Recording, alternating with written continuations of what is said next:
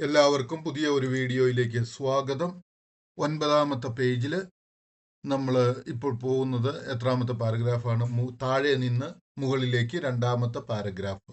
Okay, നിങ്ങൾ എല്ലാവരും text book എടുത്ത് കയ്യിൽ വെക്കുക. എന്നിട്ട് നമുക്ക് ടെക്സ്റ്റിലേക്ക് പോകാം. എ ഷോർട്ട് ടൈം ആഫ്റ്റർവേർഡ്സ്, അതായത് അല്പസമയം കഴിഞ്ഞപ്പോൾ അല്ലെങ്കിൽ കുറച്ച് സമയത്തിന് ശേഷം, ചൈൽഡ് വോക്കപ്പ്, കുട്ടി എഴുന്നേറ്റു, വിത്തൗട്ട് എ ഫീവർ, അവൻ പനിയില്ലാതെ അല്പസമയം കഴിഞ്ഞപ്പോൾ ആ കുട്ടി എഴുന്നേറ്റു. And with desire to eat, അതുപോലെ തന്നെ ആ കുട്ടിക്ക് ഭക്ഷണം കഴിക്കുവാനുള്ള ആഗ്രഹവും വന്നു. അതായത് കുറച്ചു നേരം കഴിഞ്ഞപ്പോൾ ആ കുട്ടി പനി മാറി ഭക്ഷണം കഴിക്കുവാനുള്ള ആഗ്രഹത്തോടു കൂടി എഴുന്നേറ്റു എന്നാണ് പറഞ്ഞത്.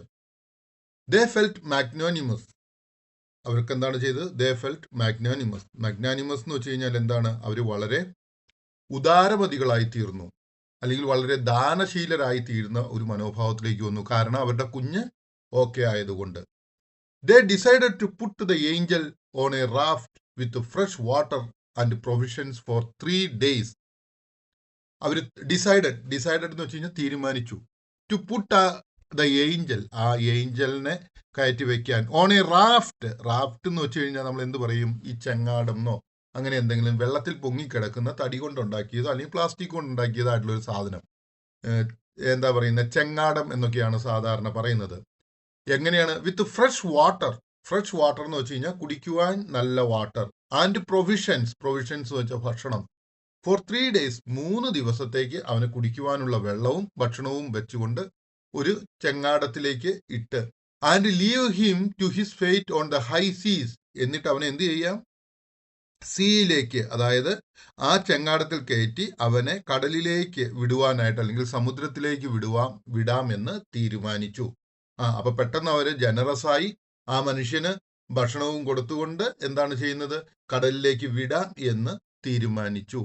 But when they went out into the courtyard at the first light of the dawn, പക്ഷേ വെൻ ദേ വെന്റ് ഔട്ട്, അവർ പുറത്തേക്ക് ചെന്നു. എപ്പോഴാണ്? ഇൻ ടു ദ കോർട്ട്യാർഡ്, എവിടെയാണ്? മിറ്റത്തേക്ക് ചെന്നപ്പോൾ. അവര് മിറ്റത്തേക്ക് ഇറങ്ങിയപ്പോൾ, in the first light of the dawn, അതായത് പ്രഭാതത്തിലെ ആദ്യത്തെ സൂര്യകിരണം വന്നപ്പോൾ അവർ എന്താണ്? മിറ്റത്തേക്ക് ഇറങ്ങി ചെന്നപ്പോൾ എന്ത് സംഭവിച്ചു? They found the whole neighbourhood in front of the chicken coop. അവർ കണ്ടെത്തി, അവർ കണ്ടു, ദ ഹോൾ നെയ്ബർഹുഡ്, അവരുടെ ചുറ്റുപാടുമുള്ള അയൽവാസികളെ മുഴുവൻ അവർ കണ്ടു. എവിടെയാണ് അയൽവാസികളെല്ലാം എവിടെയാണ് കണ്ടത്?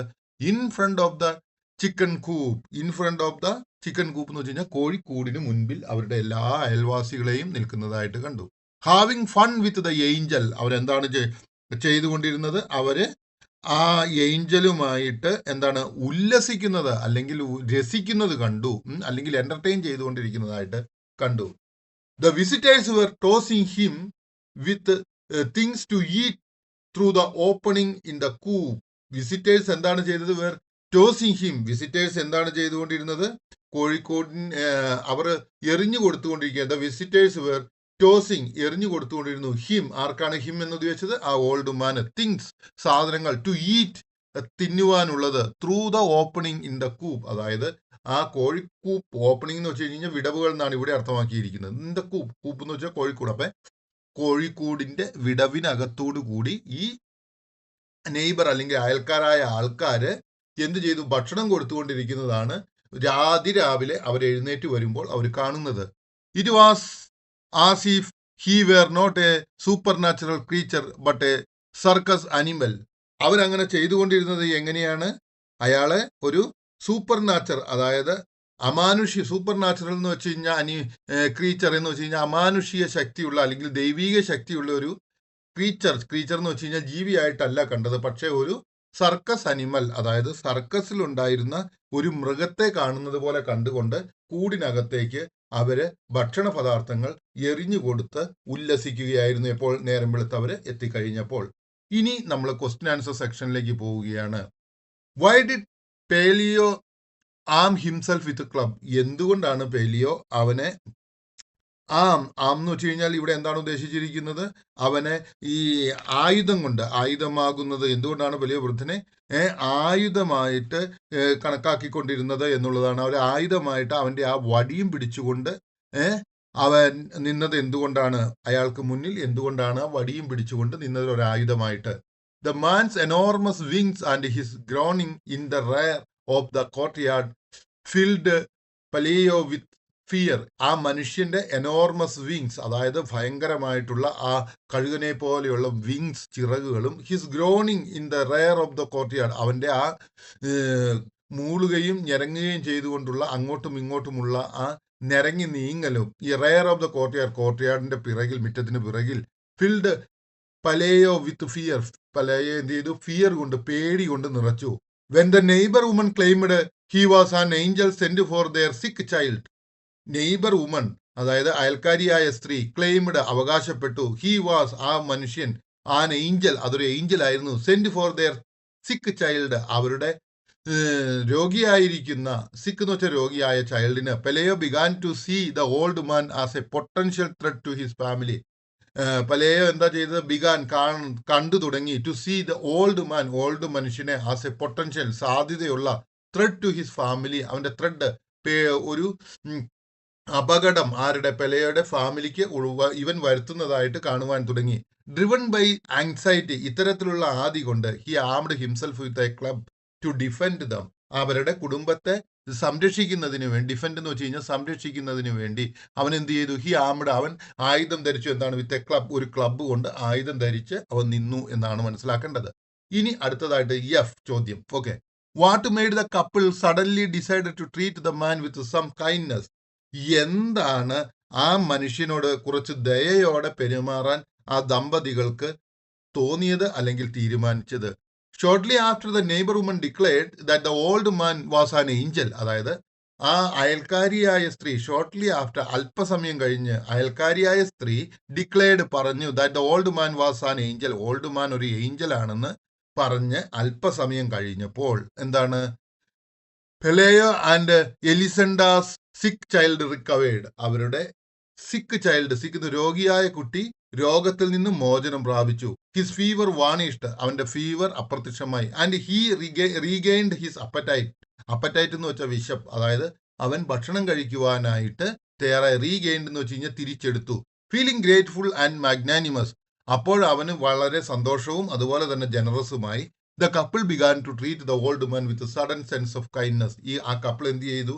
ഈ മനുഷ്യനെ ഒരു ദയയോടുകൂടി ബിഗാൻ, ആരംഭിച്ചു, ടു ട്രീറ്റ്, അവനെ സംരക്ഷിക്കാൻ തുടങ്ങി. ദ ഓൾഡ് മാൻ, ആ ഓൾഡ് മനുഷ്യനെ, വിത്ത് സഡൻ, പെട്ടെന്ന് തന്നെ, എ സെൻസ് ഓഫ് കൈൻഡ്നസ്, ദയയോടുകൂടി അവനെ സംരക്ഷിക്കുവാനായിട്ട് തുടങ്ങി. ഇനി G, why does Pelayo lock the old man in the kitchen coop. എന്തുകൊണ്ടാണ് പെലേയോ ആ ഓൾഡ് മാനെ അല്ലെങ്കിൽ വൃദ്ധനെ കോഴിക്കൂട്ടിൽ പൂട്ടിയിട്ടത്?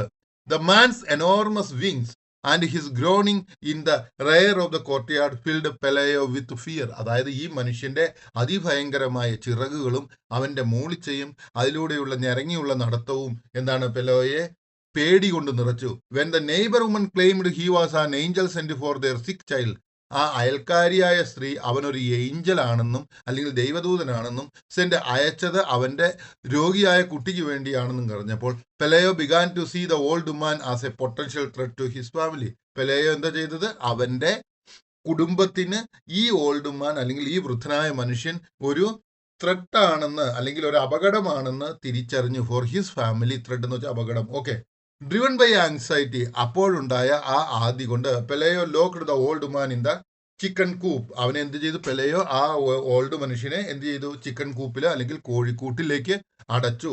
Okay, why do the people treat the old man like A circus animal. എന്തുകൊണ്ടാണ്, അതായത് എന്തുകൊണ്ടാണ് ജനം ഒരു സർക്കസിലെ മൃഗത്തെ പോലെ ആ വൃദ്ധനോട് പെരുമാറിയത് എന്നുള്ളതാണ് ചോദ്യം.